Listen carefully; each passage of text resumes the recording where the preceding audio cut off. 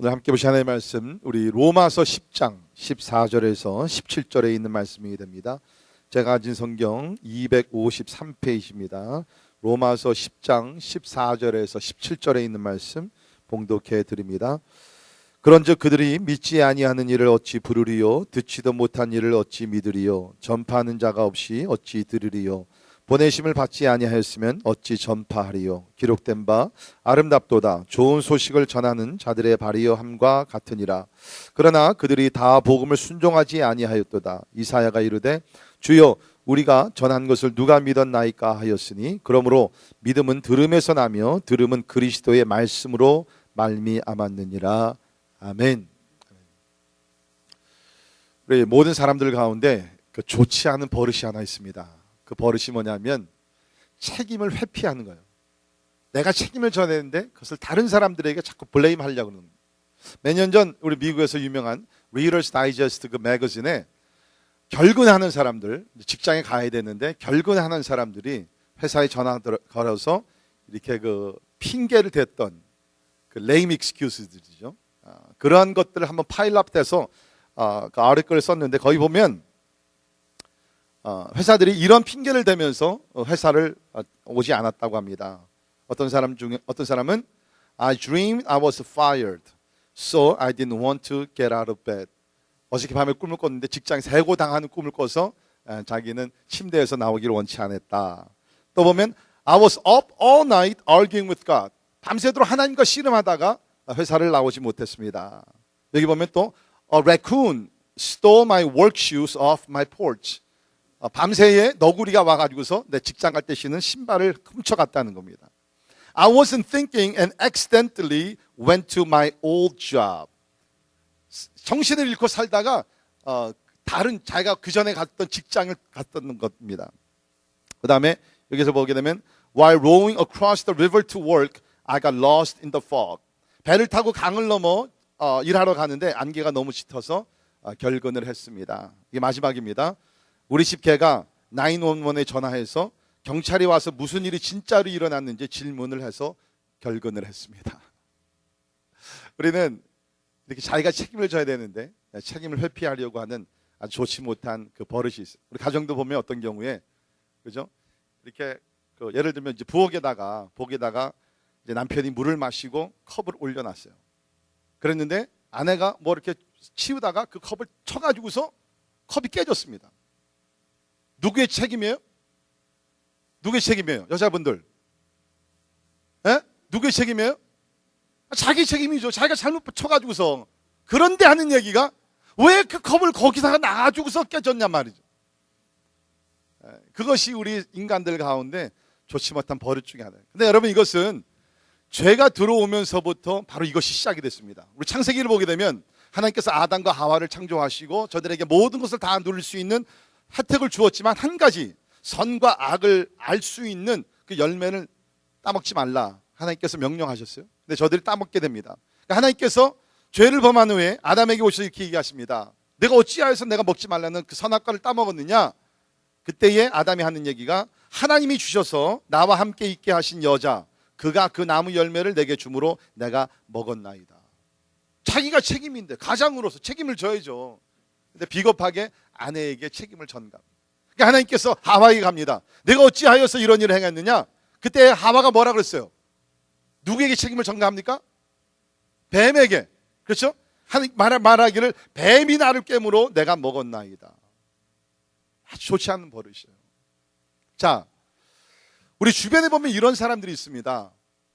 성경을 제대로 알지 못하는 사람들 가운데 내가 구원을 받지 못하더라도 내 책임이 아니고 이것이 하나님의 책임이다. 왜? 성경에서는 예정이라는 것이 나오죠. predestination, 또 선택이라는 election이라는 개념이 나옵니다. 자, 하나님께서 나를 선택하지 않으셨기 때문에 나는 구원을 못 받은 것이다. Therefore, it's not my fault, but it's His fault. 내 책임이 아니라 하나님 책임이다. 하나님께서 나를 선택하지 않으셨기 때문에 하나님께서 만세제 나를 예정하지 않으셨기 때문에 나는 구원을 못 받았다. 그렇게 책임을 회피하는 사람들이 있습니다. 자, 그런 사람들을 위해서 오늘 로마서 10장을 보게 되면 구원의 문제를 다루게 되면서 특별히 한마디로 말씀드리면 구원을 못 받는 것은 하나님 책임이 아니라 인간의 책임이라는 것입니다. 특별히 사도 바울이 이 로마서 9장, 10장, 11장에서 이 문제를 잘 해결했는데요. 어떤 예를 들면서 해결했냐면 이스라엘을 예를 들면서 해결을 했습니다. 여러분이 아신 대로 이스라엘은 하나님께서 하나님의 특별한 섭리 가운데 많은 민족들 가운데 저들을 택하셨습니다. 그래서 하나님께서 많은 은혜를 주셨죠. 율법도 주시고 선지자도 보내주시고 성전을 짓게 하셔서 하나님의 그 영광을 보게도 하시고 엄청난 하나님의 축복을 많이 받았던 택함 받은 족속이에요. 그러니까 이건 하나님의 섭리입니다. 사람이 어떻게 할 수가 없다는 거죠. 그래서 우리가 로마서 9장 19절을 보시면 이 하나님의 오묘한 섭리에 대해서 인간이 도전할 수 없다고 얘기합니다. 19절 보시면 9장 19절 여러분 성경을 보세요. 혹 내가 내게 말하기를 그러면 하나님이 어찌하여 허물하시느냐 누가 그 뜻을 대적하느냐 하리니 이 사람아 내가 누구기에 감히 하나님을 반문하느냐 지음을 받은 물건이 지은 자에게 어찌 나를 이같이 만들었느냐 말하겠느냐 토기장이가 진흙 한 덩이로 하나는 귀 쓸 그릇을 하나는 천이 쓸 그릇을 만들 권한이 없느냐 만일 하나님이 그의 진노를 보이시고 그의 능력을 알게 하고자 하사 멸하기로 준비된 진노의 그릇을 오래 참으심으로 관용하시고 또한 영광 받기로 예비하신 바 긍휼의 그릇에 대하여 그 영광의 풍성함을 알게 하고자 하실지라도 무슨 말을 하리요. 다시 말해서 이것은 지금 여기서 보게 되면 이스라엘과 이방 나라들을 얘기합니다. 하나님께서 우선은 이스라엘을 귀한 그릇으로 하나님께서 들어 쓰셨다는 거예요. 그렇다고 해가지고서 진흙으로 만드는 그런 그 그릇들이 그 일에 대해서 토기장이에게 파로에게 이것을 컴플레인할 수가 없다는 거죠. 이거 토기장이 마음이에요. 어떤 그릇은 귀하게 쓰고 어떤 그릇은 천하게 쓰고 It's up to the potter. 마찬가지로 우리를 창조하신 하나님께서 먼저 이스라엘을 택하시고 이스라엘을 통해서 하나님이 역사하시고 이방인들은 나중에 택하시고 나중에 역사하시고 그것에 대해서 우리가 무슨 말을 하리요. 아무 우리가 하나님 앞에 우리가 컴플레인할 수가 없다는 거예요. 왜? 이것은 하나님의 완전한 그런 섭리 가운데서 이루어지는 것이기 때문에. 그래서 여기서 9장에서는 하나님께서 이스라엘을 오묘하게 하나님께서 많은 민족들 가운데서 선택을 하셨다. 그 일에 대해서 아무도 우리가 논쟁을 일으킬 수가 없다는 것입니다. 자, 그런데 그것이 하나님의 섭리입니다. 자, 그런데 뭡니까? 이스라엘이 인간의 책임을 잘하지 못했어요. 하나님께서는 이스라엘을 택하셔서 이스라엘만 구원하는 것이 아니라 이스라엘을 통해서 열방을 축복하기를 원하셨습니다. 그런데 이스라엘이 어떻게 됩니까? 교만에 빠지게 됩니다. 그래서 이방 나라들, 그러니까 오늘날로 얘기하면 신학의 단어를 쓴다면 우리 선교의 대상이요, 전도의 대상이요, 사랑과 섬김의 대상인 이방 나라들을 어떻게 했어요? 무시하기 시작합니다. 지옥의 땔감으로 저 사람들을 만든 사람들이다 하면서 짓밟기 시작합니다. 교만에 빠진 거예요. 그러면서 이방인들을 사랑하고 축복하지 못합니다. 두 번째 잘못이 뭡니까? 하나님은 이스라엘 백성들에게 율법을 주시면서 절대로 율법을 지켜서 구원받도록 하나님 행하지 않으셨어요. 율법의 목적은 무엇입니까? 갈라디아에서 나오는 그대로 몽학 선생이 되어서 우리가 율법을 보게 되면 십계명을 보게 되면 내가 거짓말을 했구나, 마음으로 간음을 했구나, 내가 마음으로 살인을 했구나, 내가 탐욕을 품었구나, 그것을 깨달아서 우리를 십자가로 인도하는 것이 바로 율법의 목적이었습니다. 그런데 역시 이것도 유대인들이 교만에 빠져가지고서 자기네들이 율법을 지킴으로써 선행으로써 구원에 이르려고 착각을 했다는 것입니다.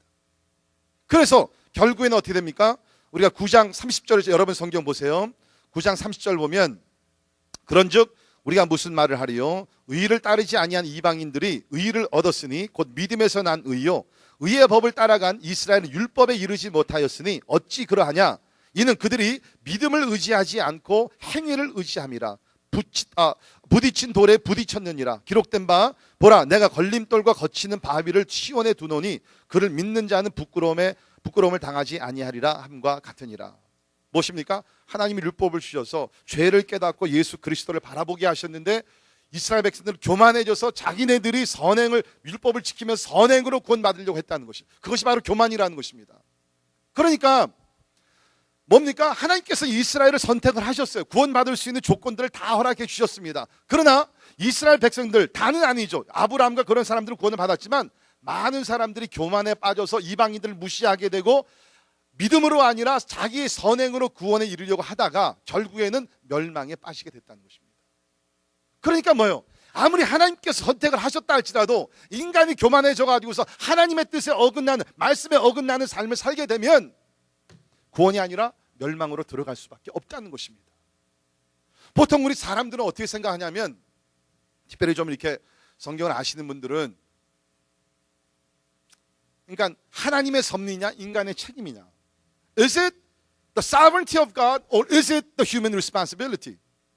그러면서 자꾸 우리는 either or, 이것이냐 저것이냐 하면서 선택을 하려고 합니다. 근데 여러분이 아셔야 될 것은, 성경을 보게 되면 either or이 이것이냐 저것이 아니라 이것과 저것이 함께 병행을 한다는 것입니다.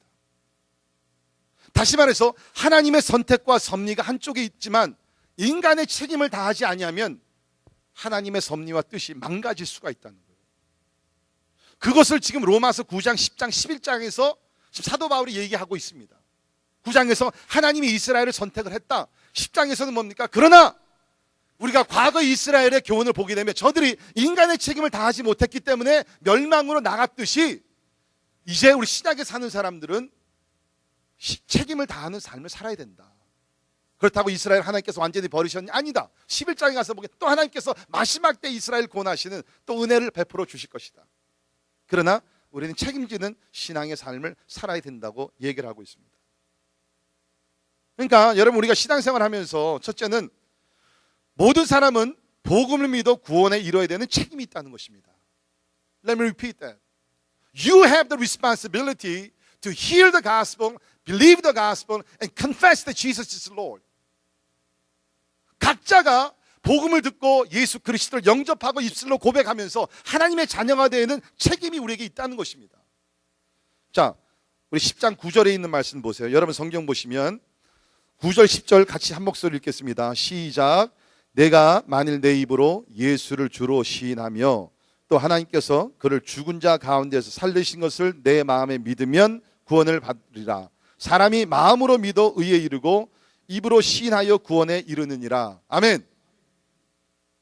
성경을 절대로 혈통을 통해서, 내가 기독교 가정에서 태어났기 때문에, 내가 4대째 기독교 가정에서 태어났기 때문에 그리스도인이라고 말하지 않습니다. 내가 교회를 10년 다녔기 때문에 내가 구원을 받았다, 내가 장로, 권사, 목사가 되었기 때문에 구원을 받았다. No, none of that. 절대로 그렇게 얘기하지 않아요. 구원의 조건이 뭡니까? 예수 그리스도께서 나를 위해 십자가에 죽으신 것을 마음에 믿고 그 다음에 입술로 고백할 때에 그 사람이 구원을 받게 된다는 것입니다. 예외가 없어요. There's no exception. Every one of us. 저도 그렇고 여러분도 그렇고 모든 사람들이 마음으로 믿고 입술로 고백할 때에 그때에 구원에 이르게 된다는 것입니다. 다시 말해서 모든 사람들, 각 사람들이 자기 구원에 대해서 책임을 져야 된다는 것입니다. 그러니까 하나님은, 잘 보세요, 하나님은 모든 사람을 구원하시기 위해서요, 구약시대 때부터 해가지고서 하나님께서는 모든 것을 다 하셨어요. 선지자들을 보내주시고 마지막 때 예수 그리스도를 보내셔서 직접 하나님을 보게 하셨고 결국에 십자가에 달려 죽게 하시고 하나님 모든 것을 다 하시고서 특별히 오늘날 사는 우리들에게는 복음을 전파하셔서 이것을 듣게 하시고 믿게 할 수 있는 모든 조건들을 다 주셨습니다. 이제는 it's up to you. 모든 사람들이 이제 각자의 책임을 지는 가운데서 예수를 믿든지 안 믿든지, 예수를 받아들이든지 거절하든지, 이것은 이제 각자의 선택에 달려 있다는 것입니다. 하나님께서 강제로 구원 못 시켜요. 여러분께서 마음의 문을 여시고 각자가 결단을 내리셔야 된다는 것입니다. 하나님은 구약시대 때부터 모든 사람들을 다 구원하시기를 원하셨어요. 이것이 하나님의 원래 계획입니다. 그래서 하나님은 아브라함을 택하셨죠. 창세기 12장에 나오는 말씀입니다. 하나님은 아브라함을 택하셔서 아브라함 한 사람을 축복하시는 것이 아니라 아브라함을 통해서 모든 민족이 구원받기를 원하셨다는 거예요.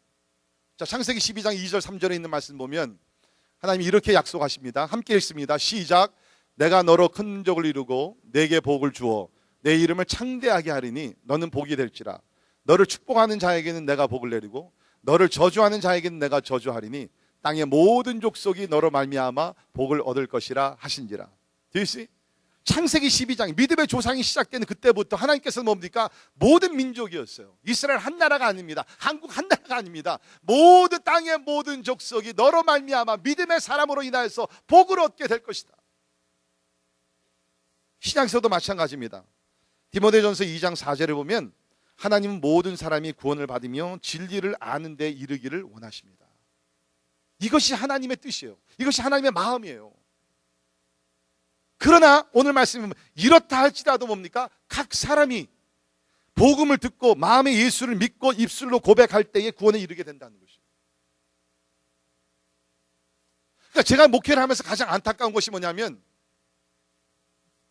아직도 복음을 듣지 못해서 저 미전도 종족들 가운데 죽어가는 사람들이 아니에요. 가장 안타까운 것은 뭐냐면 미국과 같이, 그렇죠? 그야말로 복음을 수없이 많이 듣는다 할지라도 이것이 그렇게 하나님의 은혜 가운데 지금 주어졌는데 진짜 귀가 따갑게 들었는데도 불구하고 이것을 거절하는 사람들 참 안타까워. 구원이 복음을 통해 눈앞에까지 왔는데 이것을 내가 거절한단 말이죠. 그러니까 오늘 사도 바울이 10장에서 이스라엘 케이스를 얘기를 하면서 하나님께서 이스라엘 선택하시고 많은 은혜를 주셨지만 저들이 잘못된 교만으로 빠져서 율법을 지키려고 선행으로 나갔을 때에 구원에 못 이르는 것과 마찬가지로 우리가 각자의 책임을 지지 아니하면 구원에 못 이르다. 혹시 여러분들 가운데 그렇지 않기를 바라지만 여러분 가운데 교회를 오래 다녔고 기독교 가정에서 태어났고 유아 세례를 받으시고 다 했어요.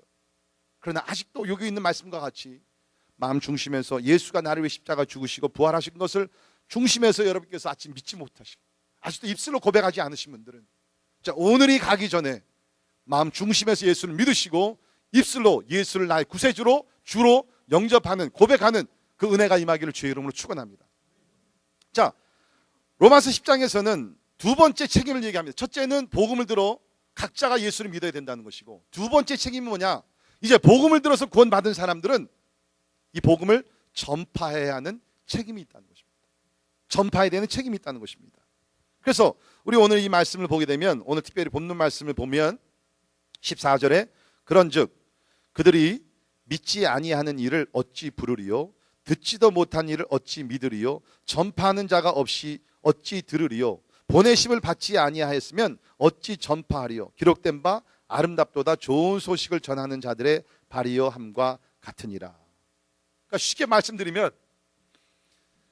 예수를 듣지 못했고 복음을 듣지 못한 사람들이 구원받기 위해서는 예수의 이름을 불러야 되는데 거기 13절을 보세요. 누구든지 주의 이름을 부르는 자는 구원을 받으리라. 그러니까 주의 이름을 불러야 되는데 예수라는 이름을 들어보지는 못했어요. 십자가의 사건을 들어보지 못했다는 거예요. 그러면 누군가는 가서 전도를 해야지 저들이 듣고 마음으로 믿고 예수의 이름을 불러서 구원에 이르지 않겠느냐. 지금 그 얘기예요. 다시 말해서 이제 복음을 들은 사람들은 이 복음을 전파해야 되는 책임이 있다는 것입니다. 여러분 이 지구상에는요 많은 사람들이 지금 이제 예수를 믿기도 하는데 우리들 가운데서도 타인의 도움이 없이 예수를 믿은 사람 아무도 없어요. 타인의 전도를 받지 아니하고서 스스로 아무의 도움 받지도 아니하고 스스로 예수를 믿은 사람 한 사람도 없어요. 간혹 이런 사람들이 있죠. 어떤 사람이 있냐면 전도를 안 받고요 그냥 성경을 스스로 읽다가 예수님을 만난 사람들이 있어요. 혹시 여러분들 그런 분 계세요? 누구의 전도를 안 받는데 그래서 스스로 성경을 읽다가 예수님을 만나신 분 손 들어보세요. 여러분 그런 분들 계세요? 호텔에 가서 기드온 성경책 보면서 예수 믿으신 분 없으세요? 없어요? 예수 믿으세요?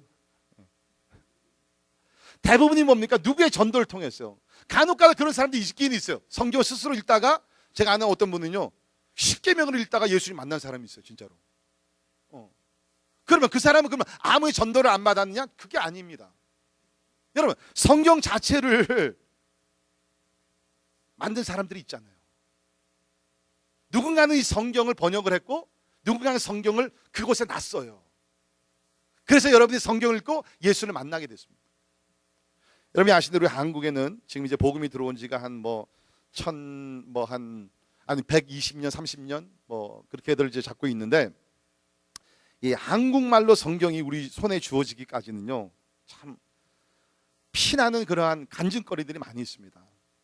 자, 역사를 보면 최초의 한국어 성경은 1882년 만주에서 우리 중국 만주에서 스코틀랜드 선교사였던 존 로스 그리고 맥킨타이어 이 두 분들이 중국 이제 만주에 들어오시면서 거기서 우리 한국 사람 서상윤, 백홍준을 만나 가지고서 예수를 증거하고 저들이 한국어로 성경을 번역합니다. 최초로 나온 우리 한국 성경은 예수, 성교, 누가복음 전서입니다.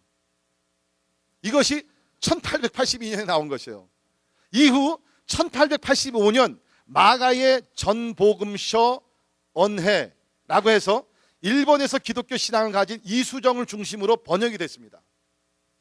이 번역된 이 마가복음을 가지고 여러분이 아시는 언더우드 선교사와 또 여러 명의 선교사가 이제 한국에 들어와서 복음을 전파하기 시작했어요.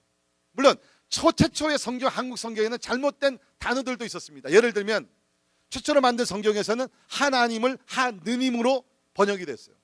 선교사들이 한국에 와서 살다 보니까 우리 한국 사람들에게 신의 개념이 이것이 하느님은 잘못된 것이다. 하느님은 하늘에 있는 신인데 성경에서 얘기하는 신이 그게 아니잖아요. 유리신이잖아요. 그래서 하나님으로 또 바꾸게 됩니다. 처음에 언더우드 선교사 같은 분들이 들어오셔가지고서 성경 번역을 계속 해 나가시면서 고통이 너무나 많았어요. 핍박도 많았습니다. 그래서 처음에는 이분들이 들어오셔가지고 제주원에서 물리와 화학을 가르치는 교사였다고 합니다. 이게 물리와 화학 전공하신 분들 오늘 기도하시면서 선교의 부르심을 받기를 바랍니다. 저들이 물리와 화학을 가르치면서 Physics and Chemistry 가르치면서 짬짬이 숨어서 성경 번역을 하기 시작한 것이에요. 여러분, 이 언더우드 선교사가 나가기 전에 마지막으로 공부한 신학교가 어딘 줄 알아요? 여기 뉴 브런스윅에 있는 뉴 브런스윅 티얼라지컬 세미나리입니다. 뉴 브런스윅 신학교라는 거예요. 한국에서 오시는 분들을 처음 가기 찾는 곳이 그 신학교더라고요. 그런데 여기 사시는 분들은 몰라.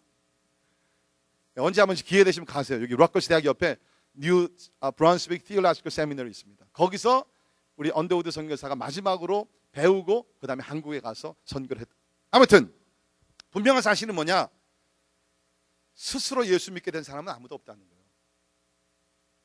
누군가 가서 복음을 전파해서 누군가 가서 성경을 번역을 해가지고서 그 성경을 읽고 예수 그리스도를 믿게 됐다는 것입니다. 사랑하는 성도 여러분, 오늘도 하나님은 이 기쁜 소식, 좋은 소식을 전하기 위해서 사람들을 보내고 있습니다. 여러분, 구약을 보십시오. 선지자들이 나오는데 선지자들은 오늘날 얘기하는 신약의 전도자들이었습니다. They were the evangelists in the Old Testament. 저들이 가서 하는 것이 뭐예요? 세례 요한이 복음을 전하는 것 마찬가지로 회개하라는 거예요. 죄악에서 돌이키라는 거예요. 그렇지 않으면 하나님의 심판이 임하게 될 것이다. 그러나 하나님을 믿게 되면 구원을 얻게 될 것이다. 그런데 우리가 선지자들을 보게 되면 두 종류의 선지자가 있습니다. 하나는 뭡니까? 자원에서 가는 선지자들이 있었죠. 이사야와 같이, 아모스와 같이 주여 내가 여기 있사오니 나를 보내옵소서. 그런데 한쪽에 다른 선지자들은 누구예요? 불순종했던 선지자들입니다. 가기를 원치 않아서 막 그냥 몸부림을 치면서 안 가려고 했어요. 대표적인 인물이 누구예요? 예? 대표적인 인물이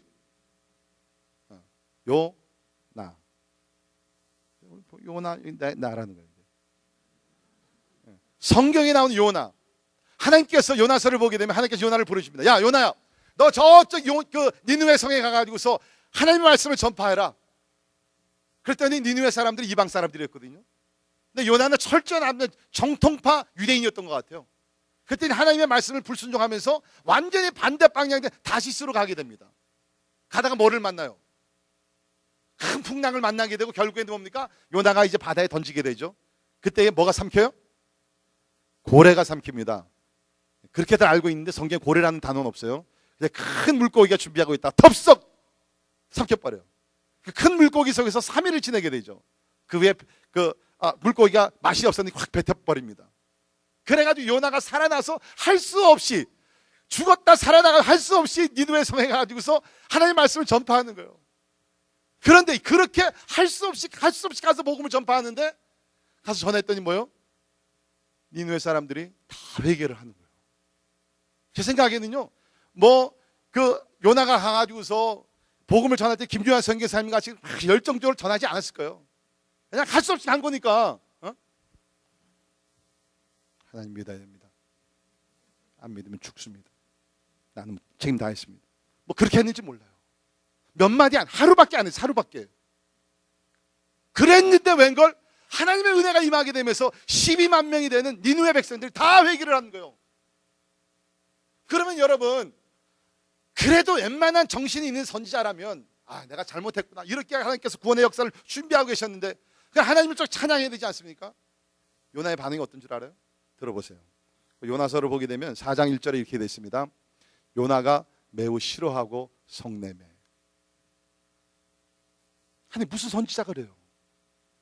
하나님께서 영혼들을 구원하시 감사해 찬양을 해야죠. 근데 요나가 매우 싫어하고 성을 냅니다. 여호와께 기도하여 이르되 여호와여 내가 고국에 있을 때 이러하겠다고 말씀하지 아니하였나이까. 그러므로 내가 빨리 다시스로 도망하여 싸우니 주께서는 은혜로우시며 자비로우시며 노하기를 더디하시며 인애가 크시사 뜻을 돌이켜 재앙을 내리지 아니하시는 하나님이신 줄을 내가 알았음이니이다. 여호와여 원하건대 이제 내 생명을 거두어 가소서. 사는 것보다 죽는 것이 내게 나음이니이다. 복음을 전하니까 니느웨 사람들이 예수 믿고 돌아와 하나님 믿고 돌아왔어요. 기뻐하는 것이 아니라 싫어하고 증오를 합니다. 왜? 이방 사람들은 지옥에 땔감으로 쓴다고 이 생각을 하고 있었는데 하나님이 이방인들을 구원하니까. 이게 선지자예요? 이렇게 못된 선지자가 있어요? 이렇게 민족 우월 중심에 사는 사람이 있어요? 그냥 이방인들을 구원하려면 나를 죽여달라는 거예요. 죄송합니다. 이런 악한 선지자가 또 어디 있어요?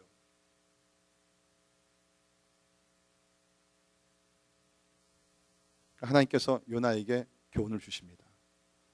민족 우월 중심에서 살고 있던 교만했던 요나에게 교훈을 주시는데 박농쿨 교훈을 주시죠. 그래서 무더운 날인데 하나님께서 박농쿨 크게 자라게 하시고 그늘을 이제 주시고 너무 시원해서 자고 있는데 일어나 보니까는 이제 그게 사라진 거예요.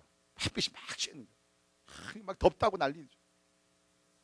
그때 하나님께서 요나에게 이 말씀을 주십니다. 이것이 요나의 마지막 절인데요. 요나서 4장 10절에 보면 여호와께서 이르시되 내가 수고도 아니하였고 재배도 아니하였고 하룻밤에 땄다가 하룻밤에 말라버린 이 박농쿨을 아꼈거든. 하물며 이 큰 성읍 니느웨에는 좌우를 분별하지 못하는 자가 12만 명이요 가축도 많이 있나니 내가 어찌 아끼지 아니하겠느냐 하시니라. 좌우를 분별하지 못하는, 선과 악을 알지 못하는 12만 명이 있는데 내가 어찌 저들을 버려두랴.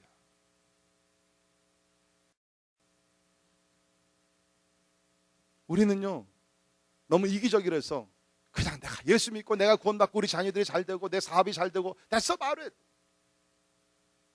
하나님의 마음은 그것이 아니에요. 아직도 주변에 그 하나님을 몰라, 진리를 몰라, 길이요 진리요 생명이 되신 예수님을 몰라서 방황하는 죽어가는 영혼들이 있는데 내가 어찌 저들을 그냥 방관하면서 저들을 버려두리요. 그래서 요나가 그렇게 불순종을 했지만 그 불순종하는 요나를 그냥 강제적으로라도 그냥 해가지고서 니느웨 성에 보내십니다. 여러분 하나님은 오늘도 마찬가지십니다. 하나님은요 오늘도 선과 악을 모르는 길이요 진리요 생명 되신 예수를 모르는 복음을 모르는 사람이 너무나 많아서 때에 따라 하나님께서 우리가 자원해서 가지 아니하시면 하나님께서 그냥 요나와 같이 어떤 사건을 통해서라도 하나님께서 보내세요. 우리를 괴롭히려는 것이 아니라 그 잃어버린 영혼들이 있기 때문에 저들에게 가라는 거예요. 하나님은 오늘도 이 복음을 가지고 나가라고 성도들을 지금 계속 내보내고 있는 거예요. 파송하고 계시는 거예요. 요한복음 20장 11절도 보면 예수께서 또 이르시되 너희에게 평강이 있을지어다 아버지께서 나를 보내신 것 같이 나도 너희를 보내노라. 저는요 이 말씀을 읽을 때마다 가슴이 막 웅크러집니다. 왜냐하면 말씀하신 아버지께서 나를 보내신 것 같이 예수님께서 최초의 선교사로 이 땅에 오셨잖아요. 그리고 이제 구속의 역사를 이루시고 하늘로 올라가시면서 이제 아버지께서 나를 보내신 것 같이 이제 내가 너희를 보낸다는 거예요. 예수께서 이 땅에 오셔서 천국 복음을 전파한 것 같이 이제 우리를 보내셔서 천국 복음을 전파하기를 원하신다는 거예요. 예수께서 이 땅에 오셔서 병든 자를 고쳐준 것 같이 제사장을 보내서 병든 자를 치료하기를 원하신다는 거예요. 귀신 들린 자를 자유케 하신 것 같이 우리를 보내셔가지고서 귀신 들린 자를 자유케 하기를 원하신다는 거예요. 아버지께서 나를 보내신 것 같이 내가 너희를 보내노라. 이거보다 더 큰 영광이 어디 있어요? 이거보다 더 큰 하나님의 어떤 특혜가 어디 있어요? 천사도 흠모하는 복음 전파하는 일을 죄 많은 우리들을 통해서 하나님께서 이루시기를 원하신다. 왜? 좌우를 분별치 못하는 영적으로 무지한 영혼들이 많이 있는데 저들을 어떻게 해서라도 구원하시기를 원하시는 것이 하나님이시라는 것입니다. 여러분 꼭 기억하시기를 바랍니다. 전도와 선교는 우리 모든 믿는 사람들이 해야 되는 것이에요. 특별한 사람들만 하는 것이 아닙니다. 예수를 나의 구세주로 영접한 모든 사람들은 다 우리가 선교사가 되어서 이 지역에서 선교를 하든지 먼 곳에 가서 선교하든지 우리 모두는 그리스도의 복음을 전파하는 선교사가 된 줄 믿습니다. 하나님의 부르심이에요. 우리 모두에게 책임이 있다는 것입니다. 이것은 여러분 우리가 뭐 특별히 잘하는 것 아니에요. 제가 일부 예배 때 말씀드렸지만 우리 선교사님들 일부 예배 몇 분 참석하셨는데 제가 그랬어요. 미안하지만 선교사님들 자랑할 거 아무것도 없습니다. 왜 그래요? 사도 바울이 뭐라 그랬어요? 고린도전서 9장 16절을 보면 내가 복음을 전할지라도 자랑할 것이 없음은 내가 부득불 한림이니라. 만일 복음을 전하지 아니하면 내게 화가 있을 것이로다. 여러분 우리가 나가서 복음 전에 자랑할 거 아무것도 없습니다. 우리 임팩전도 나가시면 자랑할 거 아무것도 없습니다. 단기 선교 나가시면 자랑할 거 아무것도 없어요. 우리가 바울이 가르치는 것이 뭡니까? 우리가 나가지 않으면 Woe to me if I do not preach Christ. 하나님의 화가 임하지 않기 위해서, 하나님의 화에서 우리가 건짐을 받기 위해서 나가서 복음을 전한다는 거예요. 여러분 꼭 기억하세요. 예수를 믿고 구원을 받았는데도 나가서 복음을 전하지 않으면 하나님의 화가 임합니다.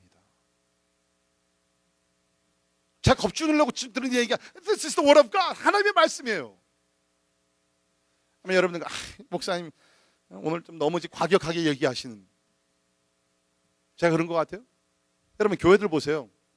유럽 교회가 복음을 먼저 믿고 복음을 전파할 때는 막 부흥했죠. 흥황했어요. 그러다가 신신학주의에 빠지게 되고 복음을 전하지 않게 되니까 어떻게 했어요? 하나님께서 하나님의 화가 임한 거예요. 유럽에 있는 교회들이 얼마나 지금 많이 고통을 당하고 있습니까? 교회 건물을 다 빼앗기게 되고 성도들이 다 교회를 떠나게 되고 무신론자들이 되게 되고 황무지가 되어버렸어요. Woe to me if I do not preach Christ. 한국 교회 예외 아닙니다. 아까 우리 선교사님 한국교회 주신 하나님의 축복에 대해 말씀하셨는데 물론 너무너무 감사하죠. 그런데 한국교회가 한인교회를 포함해서 예수 그리스도의 복음을 전파하지 않으면 화가 임한다. 화가 임한다. 그런데 반대로 오늘 이 말씀을 보면 15절에 보내심을 받지 아니했으면 어찌 전파하리요? 기록된 바 아름답도다 좋은 소식을 전하는 자들의 발이요 함과 같으니라. 이사야에 있는 말씀을 인용하면서 아름답도다 좋은 소식을 전하는 자들의 발이요 함과 같으니라. 하나님께서 복음 전파를 사람들을 보내시는데 거기에 순종하면서 나가서 복음을 전하는 사람들은 아름답다. 여러분 우리 성도들이 세상 사람들과 같이 외모로 아름다워지는데 노력하지 않기를 바랍니다. 그리스도인의 아름다움은 외모가 아니에요. 여러분 예수님도 외모가 아름다웠을 것 같아요? He wasn't. 문자 그대로 예수님이 아름답지 않으셨어요. 제가 말씀드릴게요. 우리 이사야서 우리 53장 2절 3절을 보면 예수님이 이렇게 표현했습니다. 그는 주 앞에서 자라나기를 연한 순 같고 마른 땅에서 나온 뿌리 같아서 고운 모양도 없고 풍채도 없은즉 우리가 보기에 흠모할 만한 것이 아름다운 것이 없도다. 여러분 예수님이 지나다니시면 사람들이 야 예수님 너무너무 잘생겼네? He's so attractive. 그럴 것 같아요? Never. 예수님이 그냥 아무 얘기 안 하시고 기존 행하시고 그냥 지나가시는 사람들이요 안 쳐다보는 인물이었어요. He was not attractive. He wasn't. 그런데 예수님 같이 아름다우신 분이 어디 있어요? 예수님 같이 존귀하신 분이 이 세상에 또 어디 있어요? 왜? 이 땅에 오셔서 천국 복음을 전파하시고 우리 왜 십자가에 죽으시고 부활하시고 오늘도 하나님 우편에서 우리를 왜 충고하고 계시는데 예수님이 가장 아름다우신 분이시잖아요.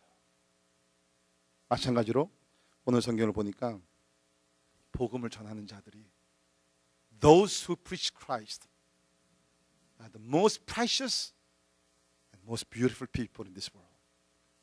복음을 전하는 자들이 가장 존귀하고 가장 아름다운 사람이라고 성경에서 이야기를 하고 있습니다. 설교를 마치면서 제가 가장 아름다운 사람 한 분을 소개할게요. 이번 1879년도 영국에서 태어났습니다. 이름이 에벨린이라는 분인데 이번에 이제 부유한 가정에서 태어났어요.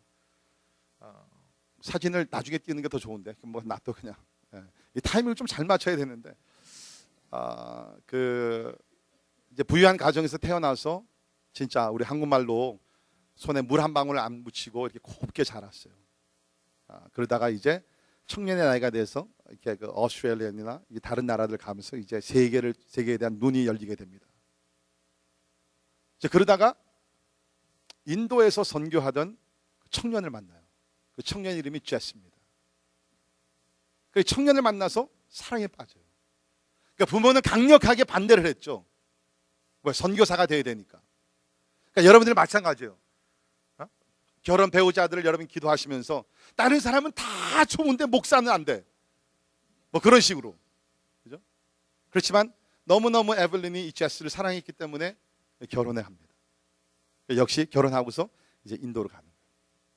인도로 가서 선교를 하게 되는데 특별히 이 사람들은 인도에 그 Death Mountains라는 죽음의 산이라는 그 지역에 가서 복음을 전파합니다. 그러니까 아마 산이 굉장히 높고 험했던 것 같아요. Death Mountains. 그 지역에 들어가서 복음을 전파하는 거예요. 그러다가 이 여인이 39살인가 됐을 때 그 남편 제시가 그 Blackwater Fever라는 흑수열이라는 병에 걸리게 됩니다. 말라리아 일종인데요. 검은 오줌이 나오게 되면서 이제 결국은 죽어요. 그런데도 이 여인이 혼자 남아서 인도에서 계속 복음을 전합니다. 나이가 68세 됐을 때 선교부에서 불렀어요. 당신 이제 너무 나이가 많으니까 이제는 은퇴하십시오. 그랬더니 이 여인이, 에벨린 여인이 알고 가면서 부탁을 하는 거예요. 단 1년만 나를 선교를 더 할 수 있도록 허락해달라고. Just one more year. 그러니까 선교부에서 너무너무 이제 할머니죠. 별명이 이제 그랜이, 그 에벨린 그랜인데, 그러니까 너무너무 이 할머니가 알고 가기 간절하게 부탁을 하니까, 오케이, 그러면 1년만 더 허락을 하겠습니다. 그러나 조건이 이것입니다. 당신이 너무 이제 나이도 많고 여성으로 혼자 산속에 들어가서 하는 것은 어려우니까 평지에서 하십시오. 그래서 동의를 해요. 오케이, 그러면 내가 평지에서 하겠습니다. 그래서 다시 인도로 들어가서 산골짜기 못 올라가고 평지에서 복음 1년 동안 성실하게 전합니다. 1년이 다 지났어요. 동료들을 모아놓고서 이제 마지막 인사를 나눕니다. 그러면서 하는 얘기가, 저는 이 선교부에서 선교사는 끝났습니다. 오늘로 끝입니다. 은퇴합니다. 그런데 새로운 선교가 오늘부터 시작이 됩니다. 그러면서 선교부에서 은퇴하고 다시 산으로 올라가는 거예요. 나이 70에 다시 올라가는 거예요. 그래가지고 산골짜기 올라가면서 막 선교를 하는 거예요. 그러니까 이분이 선교를 하다가 막 이제 산을 타고 올라가다 넘어지고 막 그래가지고 병원에 입원을 해요. 그러니까 병원에 입원하게 되면 병원에 입원해 환자들에게 또 계속 복음을 전파하고. 근데 나중에 이 아들이 퍼 브랜드라고, 이분 역시 이제 의료 선교사가 됐는데, 그 어머니에 대한 책을 쓰게 되면서 뭐라고 책을 쓰냐면, 어머니가 나이 70이 되면서부터 집안에 있는 모든 거울들을 다 치웠대요. 거울들을. 아마 이 에벨린도 여인이었기 때문에 자기의 나이 들어가는 그 주름살 끼고 나이 들어가는 모습을 참 보기가 좀 힘들었던 것 같아요. 그 거울을 다 치웠다는 거예요. 22년 동안 거울을 보지 않고 여인이 복음을 전파하며 살았습니다. 그러다 92세 하나님이 부르심을 받았는데, 주변의 사람들이 이제 에벨린 브랜드에게 계속 이제 은퇴하라고 얘기할 때마다 이 선교사님은 이렇게 얘기했다고 합니다. Jess and I vowed to preach or reach 5 mountains ranges with the gospel. 4 still had to be reached. 내 남편 제시가 살아있을 때 우리는 하나님 앞에서 여기 있는 5개의 산맥에 다니며 복음을 전파하기로 우리는 서야겠습니다. 아직 한 산맥밖에 전파하지 못했습니다. 네 산맥을 더 복음으로 정복해야 합니다. 4 mountains must be reached. It's not finished yet. 92세에 하나님의 부르심을 받아서 죽게 되었어요. 산에 있던 마을에 있는 마을 사람들이 다 모였습니다. 한번 이 사진 보여주세요. 불을 좀 내리시고. 여기 보세요. 거의 나이 92세 때 저긴데 He's so rugged. 얼마나 고생을 해가지고서 나무 지팡이를 짓고서, 그런데 이 마을 저 마을, 이 산 저 산을 다니면서 복음을 전파했어요. 92세 하나님의 부르심을 받았을 때 장례식에 모였던 마을 사람들이 이렇게 얘기했다고 합니다. Granny Brand was the most precious and beautiful woman that we ever met. 에블린 선교사는 이 세상에서 우리가 만났던 사람들 가운데 가장 소중하고 가장 아름다운 여인이었습니다.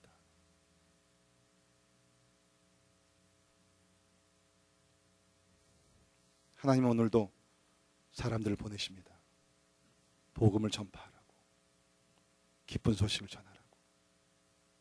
이 부르심에 각자가 하나님 앞에서 책임을 다하는 성도들이 되기를 바랍니다. 기도하겠습니다. 하나님, 우리 각자에게 두 가지 책임이 있습니다. 첫째는 복음을 듣고 마음으로 믿어 입술로 고백하여 예수를 믿어 하나님의 사람이 되는 것이고, 두 번째는 복음을 듣고 믿은 사람들은 이제 나아가 복음을 전하는 사명이 우리 모두에게 있음을 압니다. 하나님이여, 예수 그리스도를 믿고 구경꾼들 되지 말게 하시고, 사도 바울과 같이, 스데반과 같이, 초대교회 교인들과 같이, 에블린, 그래니 브랜드, 이 놀라운 선교사들과 같이 우리도 복음을 전파하는 예수 그리스도의 사람들 되게 하여 주시옵소서. 예수님 이름으로 간절히 기도합니다.